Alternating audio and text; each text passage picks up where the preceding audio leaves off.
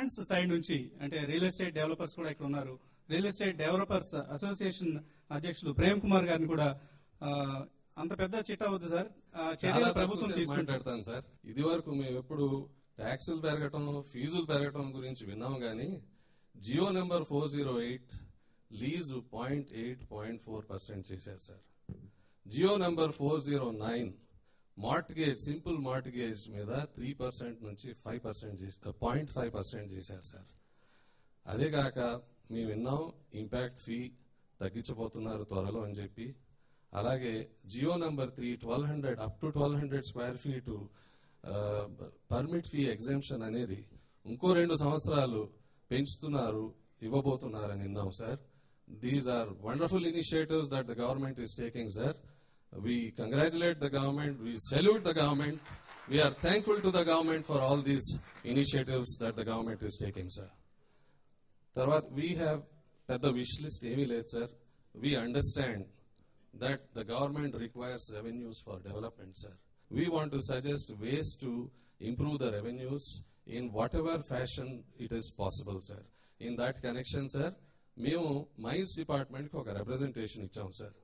ఇప్పుడు mines department వాళ్ళు ప్రతి ప్రాజెక్ట్ లో వాళ్ళు ఫిజికల్ గా సైట్ లోకి వచ్చి వాళ్ళంతా మెజర్మెంట్ చేసి మైన్స్ ట్యాక్స్ అనేది లెవీ చేస్తున్నారు సార్. దీని మీద builder is going on appeal sir. So there is a lot of delay sir, not only for the government but the builder is also not interested in these delays and in this litigation sir.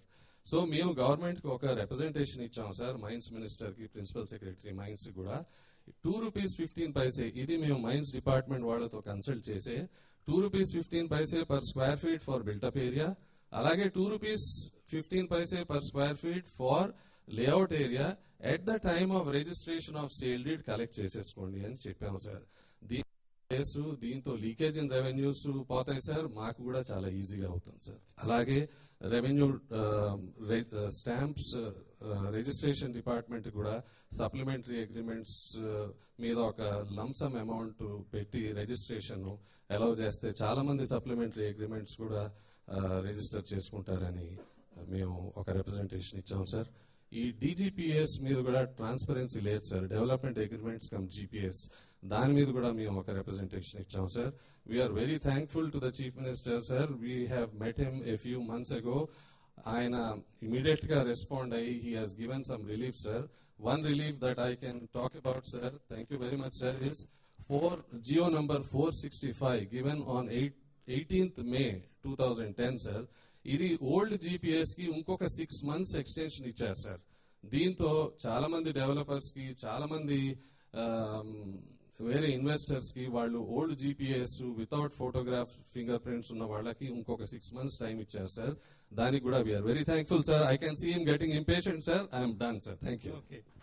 Thank you Prem Kumar గారు. హరీష్ గారు, ఇందాక శేఖర్ రెడ్డి గారు మాట్లాడుతున్నప్పుడు కూడా అంటం జరిగింది, CI partnership summit రూపంలో మనం తమిళనాడు పెద్ద ఎత్తున ఇన్వెస్ట్మెంట్స్ నిధులు సమీకరిస్తున్నాం. సిఐ గతంలో పార్ట్నర్షిప్ సమిట్ నిర్వహించినప్పుడు మనం చూసాం. అలాగే కర్ణాటక సమిట్ రీసెంట్ గా 1 లక్షల కోట్లు అంటున్నారు, 4 లక్షల కోట్లు. ఇంతకుముందు సిఐ పార్ట్నర్షిప్ సమిట్స్ పెట్టినప్పుడు మీకు అనుభవమే, ముందు అనౌన్స్మెంట్స్ చాలా ఉంటాయి బట్ తర్వాత మీరు మాత్రం ఇన్వెస్ట్ చేయరు.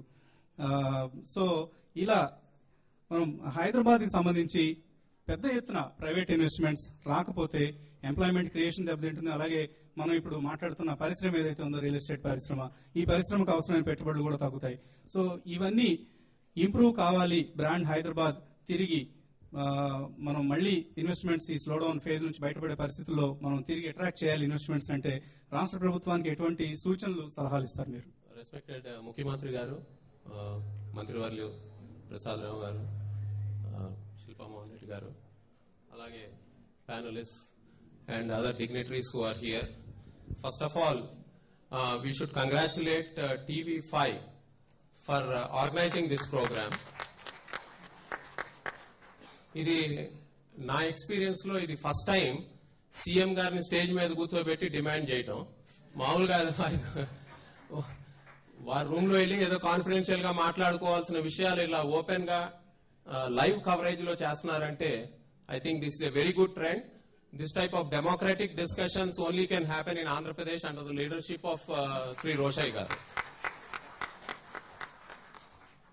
మనం ఇంకోటి గమనించాల్సింది ఏంటంటే ఈ 1.5 years అంటే దరిదాపు 2009 మిడిల్ నుంచి ఇప్పుడు దాకా ఈ మార్చ్ ఏప్రిల్ దాకా తీసుకుంటే మనం ఎప్పుడు కని విని ఫ్యూచర్ లో కూడా చూడం అన్ని ప్రాబ్లమ్స్ మన ఆంధ్రప్రదేశ్ ఫేస్ చేయాల్సి వచ్చింది.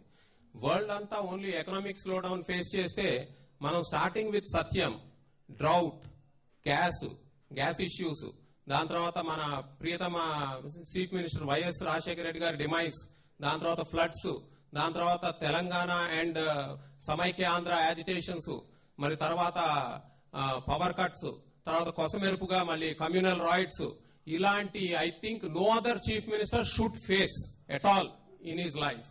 He has faced tremendous problems and still he is laughing in front of us. This is the greatness of our chief minister. I always appreciate him. ఇంత జరిగిన తర్వాత చాలా మంది మన బ్రాండ్ పడిపోయింది అది ఇది అంటున్నారు. మరి మనం చూస్తే కనుక సదరన్ స్టేట్స్ మొత్తం మన కంట్రీలో జీడిపి గ్రోత్ చూస్తే ఎప్పుడు 1 or 2% or 3% ఎక్కువ ఉంటాం కంట్రీ కన్నా. మరి దాంట్లో కూడా తమిళనాడు, కర్ణాటక మనకన్నా ఎక్కువ ఉంటారు. మనం 2% ఎక్కువ ఉంటాం, 4% ఎక్కువ ఉంటారు. ఇది స్టేట్ యావరేజ్ జీడిపి కన్నా. ఇప్పుడు మరి లాస్ట్ టైం ఈ గొడవల్లో సిఐఐ ఏదైతే పూర్వం కండక్ట్ చేసిందో పార్ట్నర్షిప్ సమిట్, అది మేము మళ్లీ తీసుకొస్తే ఇన్వెస్ట్మెంట్స్ వస్తాయి అన్న ఉద్దేశంతో రాజశేఖర రెడ్డి గారి దగ్గరికి వెళ్లి మేము రిక్వెస్ట్ చేశాం, పార్ట్నర్షిప్ సమిట్ ను మళ్లీ అలౌ చేయండి ఆంధ్రప్రదేశ్ లో అని చెప్పి వారు ఒప్పుకున్నారు. అన్ఫార్చునేట్ గా వారి డిమైస్ తర్వాత మళ్లీ రోషయ్య గారి దగ్గరికి వెళ్లి సార్ ఇట్లా మనం పార్ట్నర్షిప్ సమిట్ కండక్ట్ చేద్దామని అన్నాము. వారు ఇమీడియట్ గా ఒప్పుకున్నారు.